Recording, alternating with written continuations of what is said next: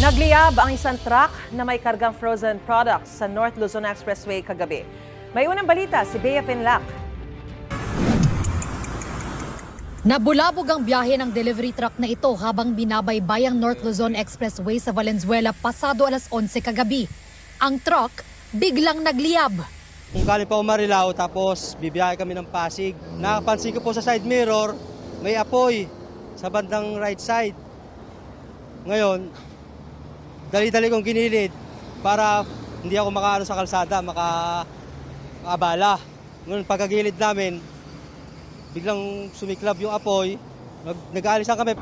Walang sugatan sa tatlong sakay ng truck kabilang ang dalawang pahinante.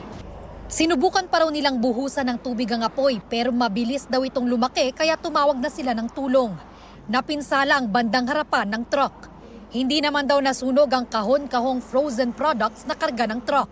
Bali sa laman, nausukan lang siya. Naging itim lang yung bandang harapan, itim lang kasi sa usok. Pero bandang likod, okay naman siya. Hindi siya na-damage.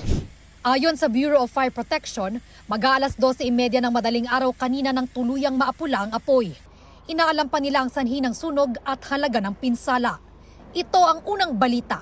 Bea Pinlac para sa GMA Integrated News.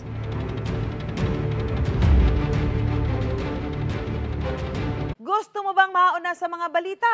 Mag-subscribe na sa GMA Integrated News sa YouTube at tumutok sa unang balita.